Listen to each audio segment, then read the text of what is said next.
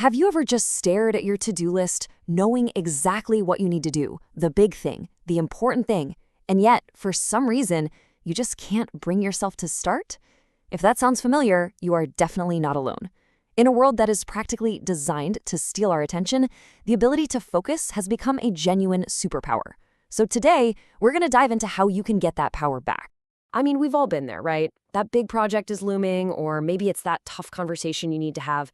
And suddenly, organizing your sock drawer or scrolling through vacation photos from 3 years ago feels like the most urgent task in the world. It's like we build this invisible wall between ourselves and the things that actually matter. So what is going on there? Okay, so here's how we're going to break this down using some incredible insights from Thibaut Meurisse's book, Dopamine Detox. First, we'll take a look at the modern focus crisis. Then, we're going to uncover how our own brains are getting kind of hijacked. And most importantly, we'll give you a practical step-by-step plan to get back in the driver's seat and start doing the meaningful work you're meant to do. All right, let's kick things off by really digging in to the problem. Because for a lot of us, it feels like we're just stuck on this giant hamster wheel, running and running and running, but not actually getting anywhere that matters. This is what that hamster wheel looks like day to day.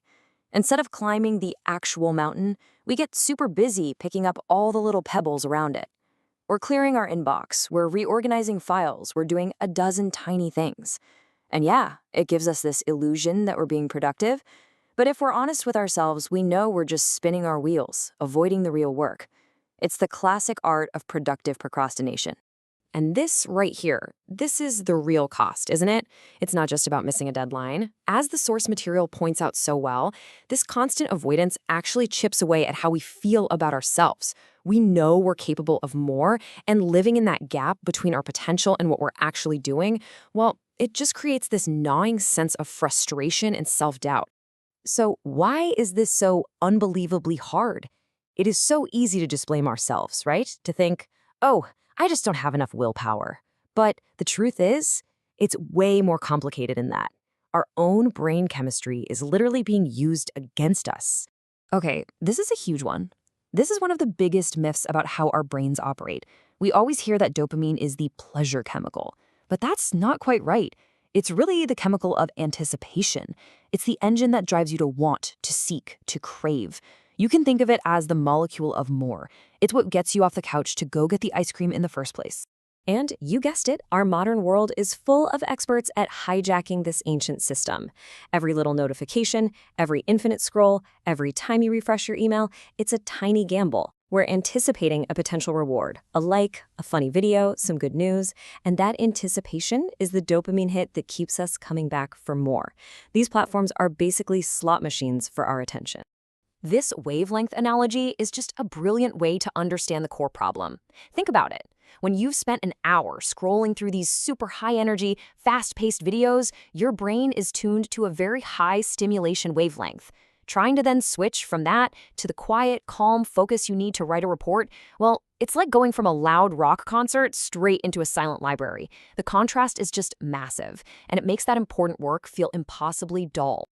So if the problem is that our brains are just constantly overstimulated, then the solution is to deliberately understimulate them. And that's exactly where this whole idea of a dopamine detox comes into play. It's about letting all that noise die down so you can finally hear the important signals again. Now, the goal here is not to eliminate dopamine. That's impossible, and honestly, you wouldn't want to. The goal is to reset our sensitivity to it. By intentionally taking a break from all the cheap, easy hits of stimulation, we allow our brains to recalibrate. And when that happens, the natural satisfaction that comes from doing hard, meaningful work starts to feel rewarding and appealing again. So let's just be crystal clear on what we mean by this. A dopamine detox isn't about, literally removing a chemical from your brain. It's really a strategic period of rest. You're consciously deciding to step away from that constant barrage of high dopamine activities so you can reset your brain's reward system, letting it get back to its natural, focused state. Okay, let's get practical. Enough with the theory, let's talk about the how-to. The good news is, the author, Meurisse, lays out this wonderfully simple 3-step plan to actually put this into action. So here's the game plan. First, you get really clear. What's allowed and what's not allowed during your detox? Make a specific list. Second, you build a fortress around your focus. You redesign your environment to make your distractions harder to get to. And third, you win the morning. You fiercely protect the first few hours of your day with a calm, low-stimulation routine. Okay, this concept of friction is a total game changer. Seriously. The difference between leaving your phone on your desk and putting it in another room might seem small, but psychologically, it is massive.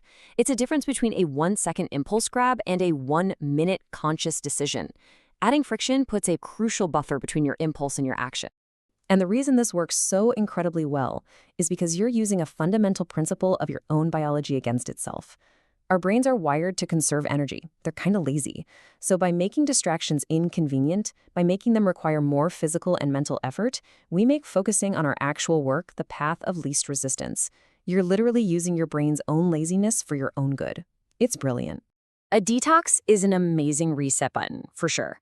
But how do we maintain this newfound focus for the long haul? It's all about building systems that protect your attention. A really powerful concept from the book is this difference between open and closed systems. An open system, like your email inbox or social media feed, is a bottomless pit. It's an infinite well of potential distractions that's designed to keep you hooked forever. A closed system, on the other hand, like a blank Word document or a physical journal, has clear boundaries. It only offers you one thing to do, the task right in front of you. And this is exactly why starting your day inside a closed system is so critical. If the very first thing you do when you wake up is grab your phone, you've just plunged yourself into an open system and immediately given away control of your attention. But if you start with journaling or meditating or writing in a blank doc, you start the day from a position of power and a state of focus and control. So to maintain this healthier baseline, we need to intentionally swap those high dopamine seeking activities with things that are calming, that bring us into the present moment. These are activities that engage the here and now parts of our brain. Instead of craving the next thing, you're just grounding yourself in what's already here. This could be meditation, a walk outside, or even the lost art of just practicing boredom. Just sitting and doing nothing, letting your mind wander without any input. When you boil it all down, it really comes to this one simple but incredibly powerful choice. Your focus is your most valuable asset. And in the world we live in, if you don't actively decide where you're going to invest it, trust me, there are countless companies and algorithms that will be more than happy to make that decision for you. So let's make this real. Don't worry about a massive, perfect overhaul right now. Just think about this. What is the one small thing you can do? What is the single biggest distraction in your life? And how can you add just a tiny bit of friction to it, starting today? Because that one small act of reclaiming your attention, that could be the start of a massive shift.